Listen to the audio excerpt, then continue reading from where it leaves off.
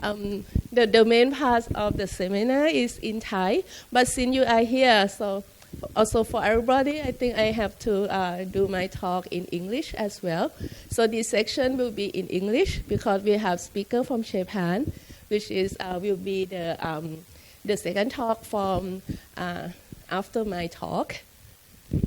I think should be okay for everyone, right? Only for the section for infrared free electron lasers. So then I think maybe we can start a little bit about the speaker. So actually on the schedule we have 3 speakers, but because of Professor Redlick said that she might not be able to join because of well, she is traveling and maybe can have some problem about the connection. So we have 2 speakers for this session, and so the first speaker will be Assistant Professor Dr. Saakhor from Department of Physics and Material Science, Chiang Mai University, and her talk is going to be about the development of linear accelerator and infrared free electron lasers at Chiang Mai University, and then we will follow by Associate Professor Dr. Hai-Chun Sen from Institute of Advanced Energy from Kyoto University. So I think maybe we can start from our speaker, and so the floor is yours. Thank you very much.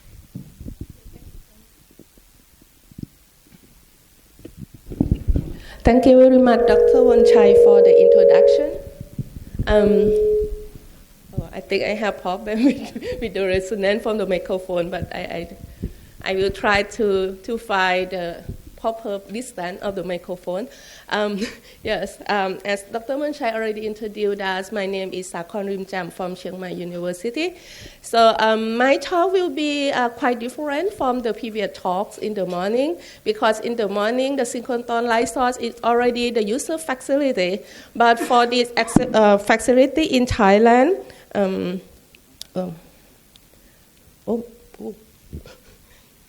it's not yet become the user facility, but we also hope that it will become to provide some tools and experimental session for the user in the future as well. Therefore, the first part of the talk will be the introduction, what is free electron laser, and the second part, which I'm not quite certain to talk about it, but it will be a kind of introduction of the potential application that we think we may be able to do it at Chiang Mai University in the future.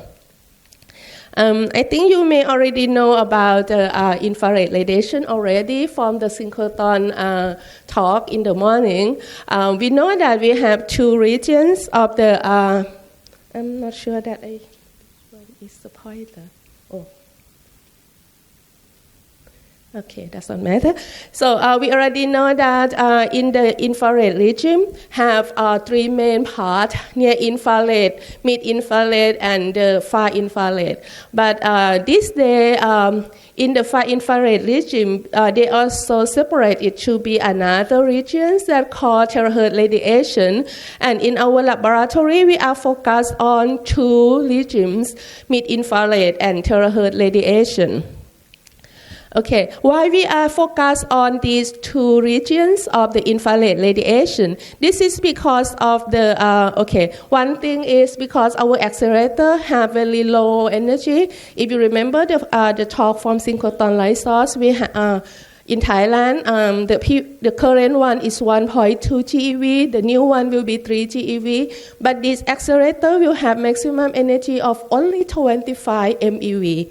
So it's like 1,000 times lower energy than the synchrotron light source. This is also related to the radiation that will be able to produce from this setup. And with this accelerator, only in infrared regime that we can make the radiation. But it's also good because you already heard that with mid-infrared radiation, there are a lot of applications that can be used in many applications in agriculture, in food, and so on.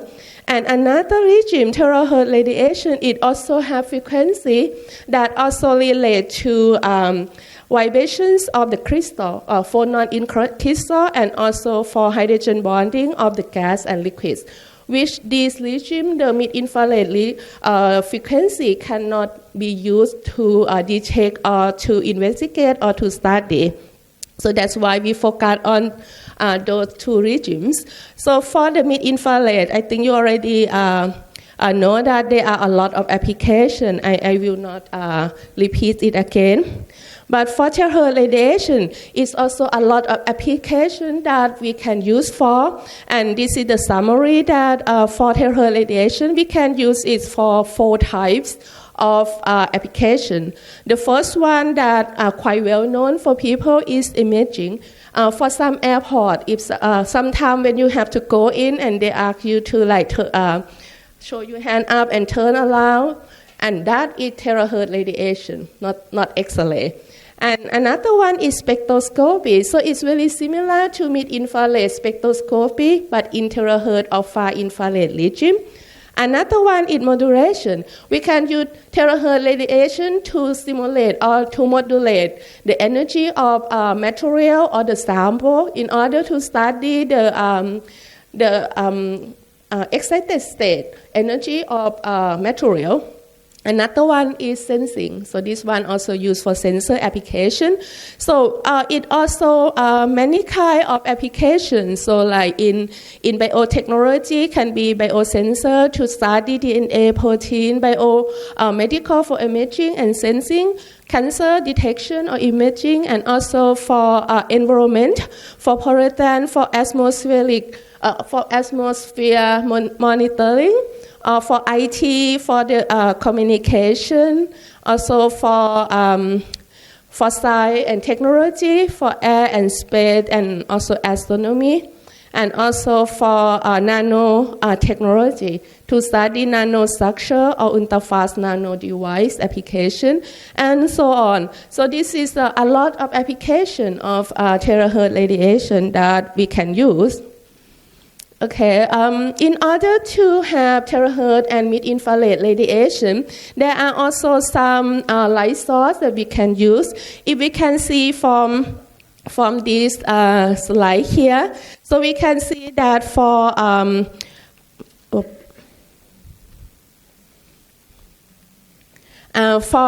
the frequency lower than terahertz radiation, we can use electronic to produce radiation, but with the frequency higher than terahertz radiation, we can use optic. But there is a gap between at the gap that we call terahertz gap, and in the past it's very hard to find the emitter or the detector in this regime. But these days there are some source that we can use for, and the source that can use for also what we call the non-accelerator based laser that can use to produce terahertz radiation, which is shown on the right of the picture. There are many lasers that can produce terahertz radiation, but most of them require low temperature operating condition. But when we look at what we call free electron laser, it can generate terahertz radiation at room temperature, the yellow one on the top. And if we consider to generate it with synchrotron light source, it also hard because terahertz radiation is very low frequency. And with the high energy of synchrotron, it's very hard to use to generate terahertz radiation, except we design lower energy storage ring, then we can generate terahertz radiation. Therefore, there is another technology that we call free electron laser, which I will talk about now. So what is free electron laser? We all know laser. So laser is normally it generates from the brown, the chain of the energy level of bound electron to atoms or to molecules. But with this conventional type of laser, so the frequency or the energy of laser is depend on the energy structure or energy configuration of electron that bound to atom or molecules. But free electron laser, since it's free, why it's free? Because it's not free like actually we pay for that to make it free. So the name free is mean it's not bound to atom or to molecules. So what we do, we accelerate electrons, and then when electron moving in a magnetic field, it oscillates, like it travel, oscillating, traveling, and then it emit light. And the light that emit from electron, in the case that we have a kind of special magnet that we call undulator magnet, the radiation that emit from that device with special designs of the equipment. For example, we have two mirrors at the two ends of this magnet to copying the energy of the laser back to stimulate the electron that come later. Then it have the energy moderation in the electron beam that come into that magnet, and then it have the special phenomena that called micro-bunching. Electron that originally it come very long pulse, it start to have very short pulse, and when they have very short pulse and they radiate the radiation, it's like they radiate the radiation in the same time and at the same phase. Therefore, the radiation are consecutive, and then we have very high intensity of the radiation out from this kind of setup, and we call the coherent radiation. Or another type of free electron laser, like I think Professor Pailat already talked in the morning, that many facilities this day they have X-ray free electron laser. It's very similar phenomena that happen, but they just have very long magnet, very long undulator magnet, and instead of using the mirror to copying the energy back to stimulate the electron, the radiation that come from electron itself in the long undulator magnet stimulate the forthcoming electron, and then they also have micro-bunching, and then they also radiate the coherent radiation. So this is what we call free electron laser. And here I would like to compare the type, the intensity, and the spectrum of the light source for synchrotron light source and free electron laser. The three pictures on the left show the way to generate synchrotron radiation by using bending magnet, Wiggler magnet which have very high magnetic field, and undulator magnet. So the spectrum of these three devices are very different, and I think for the new synchrotron in Thailand, they will have the undulator magnet. So the good thing is for the synchrotron, we can have multi-beam lines, can be like 10 or 20 beam lines, and which operate in the same time, which is very good. And they also can have very broadband. We can choose the radiation in that length by using some energy filter. But the pulse length will be in only a picosecond or nanosecond. But for free electron laser, the spectrum will be even narrower than synchrotron light source, and the pulse is also shorter. So with the property that different from synchrotron light source, we can use it in different applications. And since the power of electron is very short, so the radiation that emit from the electron pulse is coherent. So the intensity of power of radiation is much higher than synchrotron light source at the same frequency. We don't compare infrared with X-ray, so we have to compare in the same frequency. Therefore, with the same frequency, the radiation power or brightness will be, from this picture, you can see that it will be 10 to the 10 times higher. That's why many synchrotron light sources in the world, they also build X-ray free electron laser, because they are a kind of if they have both, then they can do everything, let's say, like that. But for us, we are poor, so we have only low energy electron beam, so we focus on infrared radiation. And with the advantage of free electron laser, we also can adjust the frequency of radiation. We also can use the feature of the ultra-short pulse for a kind of what we call time-resolved experiment. And since the radiation have very high intensity of power, so we also can use it to study what we call the low content molecules or the material in liquid state.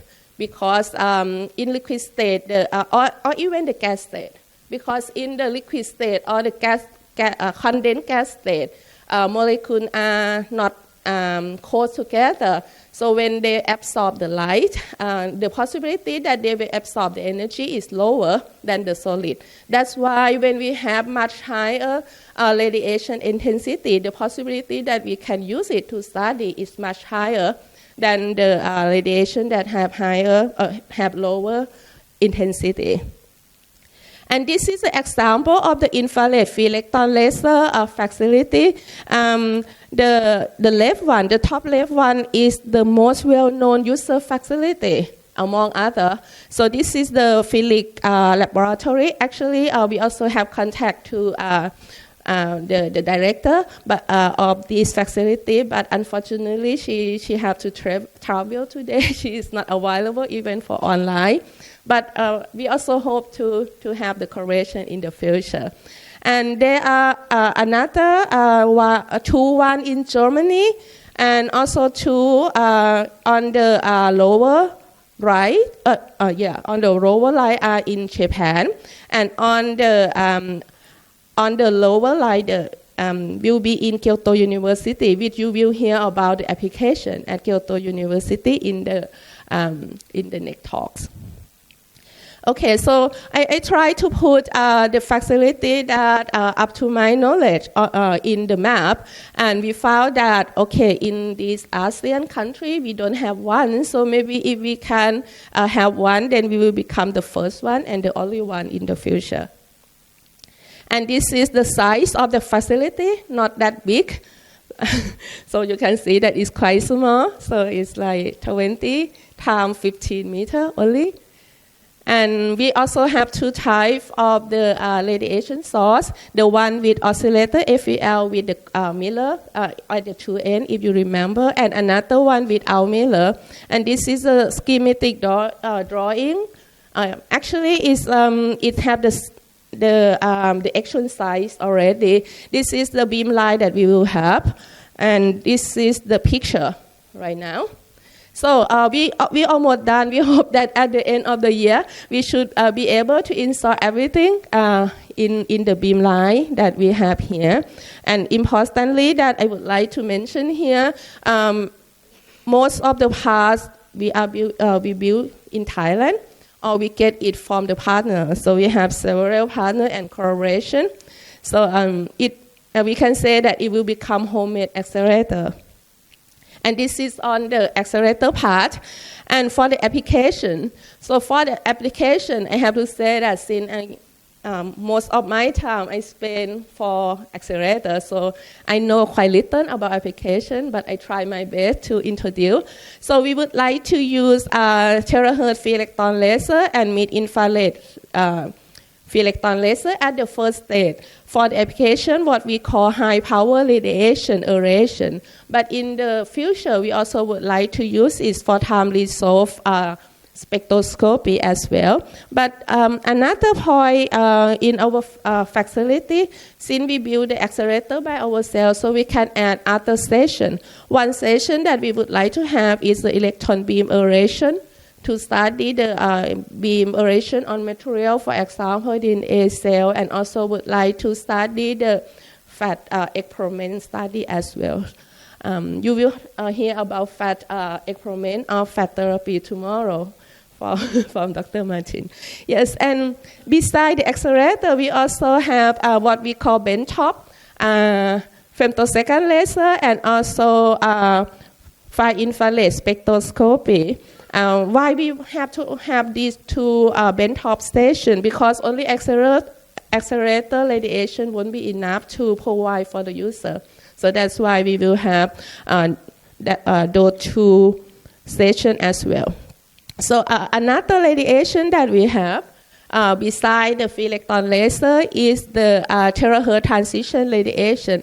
Terahertz transition radiation very similar to synchrotron light source such that it have broad spectrum. Therefore, we can use it for terahertz spectroscopy and also for terahertz imaging. So I think for terahertz imaging, there are a lot of applications that we can do. So these pictures show you that we can use it in industry, in defense and security, in biomedical, in food and other. So this is for terahertz imaging. And this is a kind of proof of principle that can we do the terahertz imaging from our radiation or not, and it proved that we can do, but of course the resolution is not that good.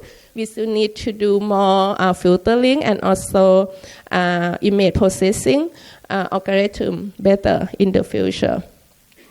And another, I already mentioned that another application is terahertz spectroscopy. So the right picture also show the example of the terahertz spectroscopy that we did with our radiation. And by combining both terahertz imaging and spectroscopy, we can use it to identify the material on the matter that we want to study. For example, on the right, this there are three material which is MDMA and another one is yes, I cannot read it. It's so long. Methamphetamine. I think this is what we call yama in Thai, right? And then aspirin. They are all medicine or pharmacy. They look very similar. How can you know that someone give yama to you and this is aspirin? Maybe you take it. So what you can do both imaging and spectroscopy, and it will have the fingerprint that show is yama or aspirin, and also show the content inside, like the density of the medicine as well. So therefore, with this similar technique, we also can use it for other type of application, especially in biological sample, like shown on the right side. And another one for terahertz is also for nanotechnology. So this one is a lot of things that we can do. We can use terahertz for detection, for generation, or to detect the nanoparticle in the material as well. And I also said that why we need to have FTR spectrometer at the lab, because if we want to know which frequency that we detect, we should have the standard tool to measure. So that's what we have. But I call it terahertz FTR because it also have light source in far infrared regime. This is a little bit higher feature than the one that synchrotron light source have. And we also have feature that we can have input radiation port at the back of the apparatus, similar to synchrotron, that we can import the radiation. For example, transition radiation that I talk about into this spectrometer. And we also have possibility to build the, I can go further, to build the external experimental apparatus outside the FTAR. For example, we have this pilot experiment with Astronomy Institute that they would like to study the beginning of life in the space, for example. So we have to have very high temperature, high vacuum, low pressure, and also low temperature. Not only for this project, it can be for anyone. So we can design special apparatus, like if you would like to vary temperature during FTR experiment, we can do that. We also thinking to have gas cell for plasma experiment as well. So this is also the experimental station that we will have in the future. And I would like to show here that if you have both radiation in MIR and FIR, you can have fingerprint in both, and you will get in both region, and you will get more information of your material from this spectrometer. Okay, I think this is an application for perovskite for solar cell application, and we also found out that solar cell perovskite also respond quite well in the terahertz regime as well. Therefore, there is a group that study about this in the pilot experiment. Okay, and another tool that we have will be the terahertz time domain spectroscopy. For FTR spectroscopy, we can resolve only the amplitude of the electric field of the radiation that we use to study the material. But for the time domain spectroscopy, we also can get the phase part as well. Therefore, we can analyze the complex property of the material. For example, the complex refractive index or complex dielectric constant. So that's why we also have the homemade or in-house terahertz time domain spectroscopy with the collaboration with NECTEC and Sulanali University. And this is a potential application that we can use for terahertz time domain spectroscopy. I take here agriculture and food because this is important for Thailand and actually for for everybody, so food is important. So we can use it to detect many things. So this can be the potential application of the terahertz time domain spectroscopy. And another application using free electron laser because of the high power, or we call the high field aerations. So I get one of the example for Felix. But with this setup, it's not only free electron laser, but we also need very high technology other tool. For example, we have to have a high quality mass spectrometer.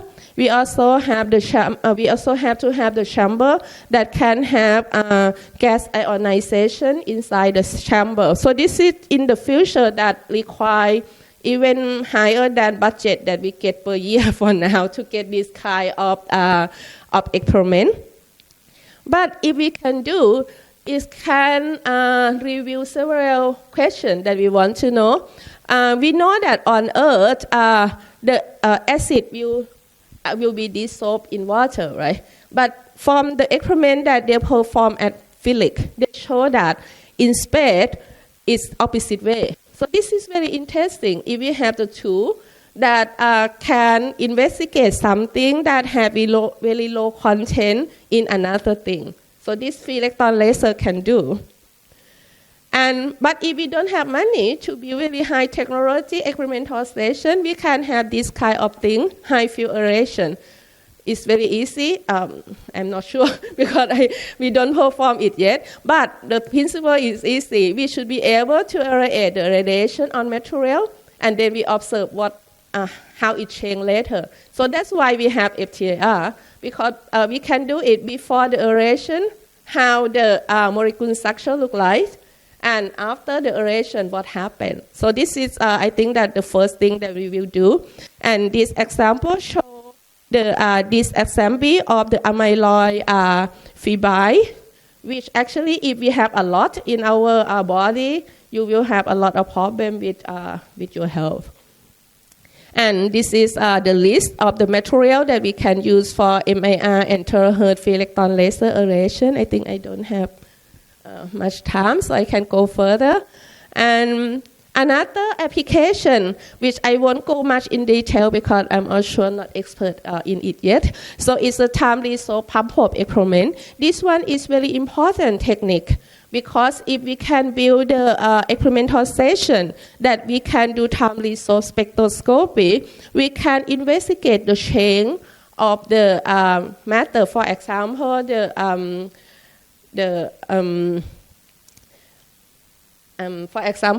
energy change between ground level or excitation level, for example. So and for in mid infrared and terahertz, we also can see the what we call the population relaxation or the orientation relaxation, for example. And this is the setup that can do. So we can use the terahertz or mid-infrared radiation as a source. And this is one of the examples that quite impressed us. I'm not sure impressed you or not, but it's an experiment with with water. And with this, they can study the hydrogen bond network of water. So everybody know water. We have water everywhere, but it turned out that we know very little relate to water. So that's why a lot of application to study water are conducted this day. And any result is very important to understand water.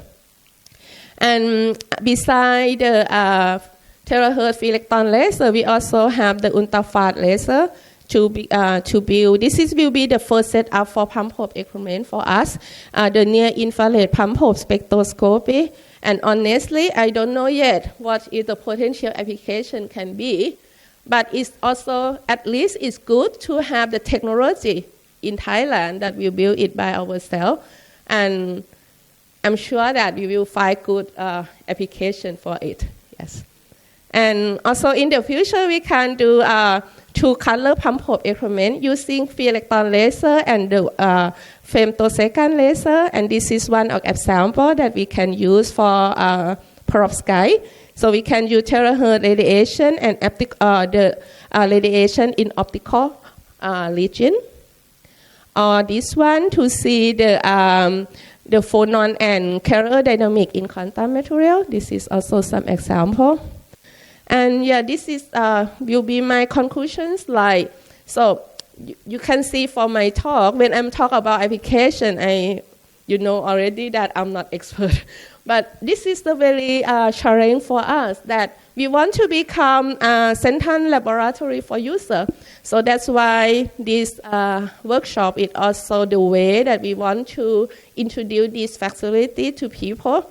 And we are very welcome user. We can come to talk together what you want to do, and if our tool can provide, then we work together to make it happen. So this is what I would like to conclude my talk, and I also would like to thank you for all funding, collaboration, a lot of collaboration partner, and also thank you for your attention.